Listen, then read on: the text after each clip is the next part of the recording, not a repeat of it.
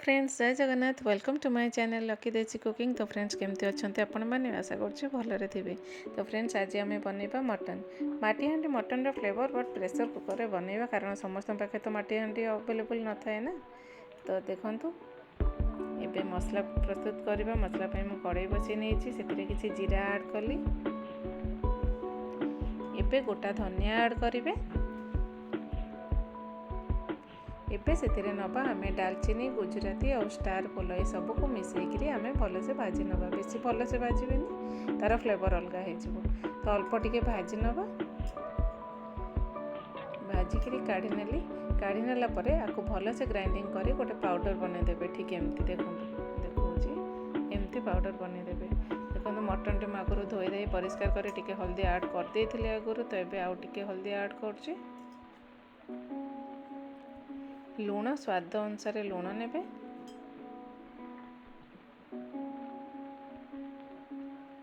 तापर कटा होइतिबा पियाज 3टा कटा होइतिबा पियाज नेली।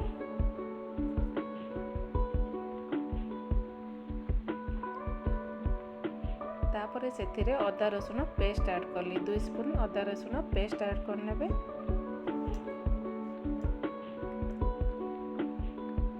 तापर सेथिरे आमे जो पाउडर बनैथिले सेटा एटे ऐड करनबा।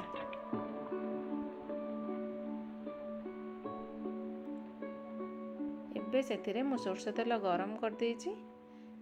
एबे पके नेबी सेथिरे। देखंतु बहुत गरम अछि तेलटी। तो सांगे सांगे ताको मिसेइबेनी हाथ रे, नले हाथ रे फटका हो जिवो। तो टिके ठंडा हवा पई छाड़ दबा। तापर भलसे ताको मिक्स कर नबा हाथ रे।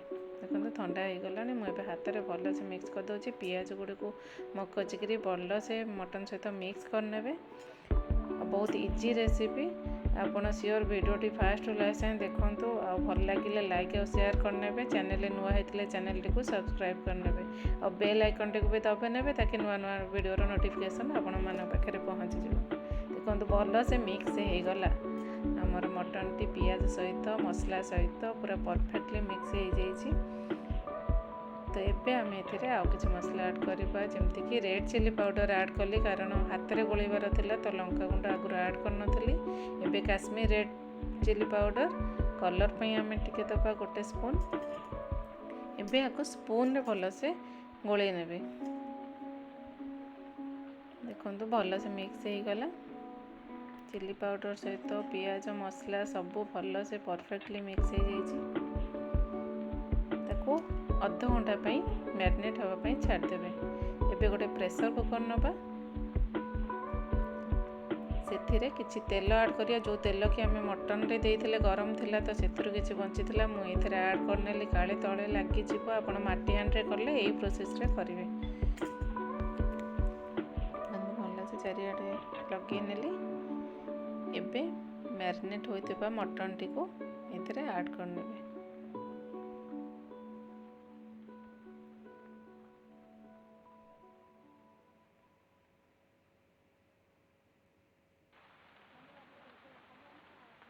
वीडियोटी फास्ट और लास्ट टाइम वाच करंतु। देखिए लास्ट को कितने बढ़िया मटन बनिकी रेडी होउची, पूरा माटी हांडी फ्लेवर। देखंतु एबे मु गोटे टमाटो ऐड करनेली। प्रेशर कुकर सब मटन रखिला परे गोटे टमाटो ऐड करनेली। आलू तो पूरा ऑप्शनल अच्छे, आपण चाहिए यूज करें नहले नहीं। तो ओडिया लोक को मटन हो चिकेन हो ता सहित आलू खाइबा को भल लगे।